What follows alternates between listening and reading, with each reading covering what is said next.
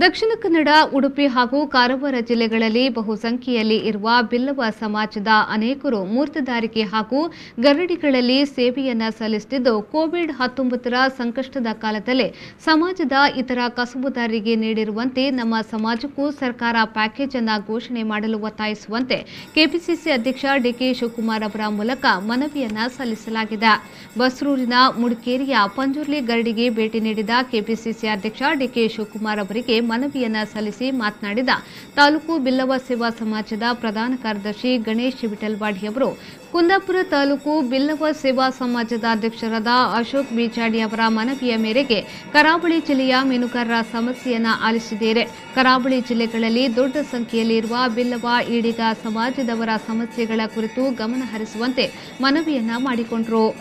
ಬಸ್ರೂರು, ಮುಡಿಕೇರಿ, ಪಂಜುರ್ಲಿ ಗರಡಿಗೆ ಮೊದಲ ಬಾರಿಗೆ ಭೇಟಿ ನೀಡಿದ ಕೆಪಿಸಿಸಿ ಅಧ್ಯಕ್ಷ ಡಿಕೆ ಶಿವಕುಮಾರ್ ಅವರನ್ನ ಗರಡಿಯ ವ್ಯವಸ್ಥಾಪಕ ಬಿ ಗೋಪಾಲ್ ಪೂಜಾರಿ, ತಾಲೂಕು ಬಿಲ್ಲವ ಸಮಾಜದ ಅಧ್ಯಕ್ಷ ಅಶೋಕ್ ಪೂಜಾರಿ ಬಿಜಾಡಿ, ನಾರಾಯಣಗುರು ಯುವಕ ಮಂಡಲದ ಅಧ್ಯಕ್ಷ ಶ್ರೀಕಾಂತ್ ಕಡ್ಗಿಮನೆ, ಭಾಸ್ಕರ್ ಬಿಲ್ಲವ ವಿಠಲ್ಪಾಡಿ, ಗೇರು ಅಭಿವೃದ್ಧಿ ನಿಗಮದ ಮಾಜಿ ಅಧ್ಯಕ್ಷ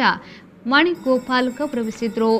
ಈ ಸಂದರ್ಭದಲ್ಲಿ ಮಾಜಿ ಸಚಿವ ವಿನಯ್ ಕುಮಾರ್ ಸೊರಕೆ, ಬೈಂದೂರು ಮಾಜಿ ಶಾಸಕ ಗೆ ಗೋಪಾಲ್ ಪೂಜಾರಿ, ಉಡುಪಿ ಜಿಲ್ಲಾ ಕಾಂಗ್ರೆಸ್ ಅಧ್ಯಕ್ಷ ಅಶೋಕ್ ಕುಮಾರ್ ಕೊಡಪೂರು, ಯುವ ಕಾಂಗ್ರೆಸ್ ಮುಖಂಡರಾದ ಮಿಥುನ್ ರೈ, ಮಹಮ್ಮದ್ ಹ್ಯಾರಿಸ್ ನಲ್ಪಾಡ್, ಮಾಜಿ ಜಿಲ್ಲಾ ಪಂಚಾಯತ್ ಸದಸ್ಯರಾದ ಗೌರಿ ದೇವಾಡಿಗ, ದೇವಾನಂದ್ ಶೆಟ್ಟಿ ಮೊದಲಾದವರು ಪಾಲ್ಗೊಂಡಿದ್ದರು.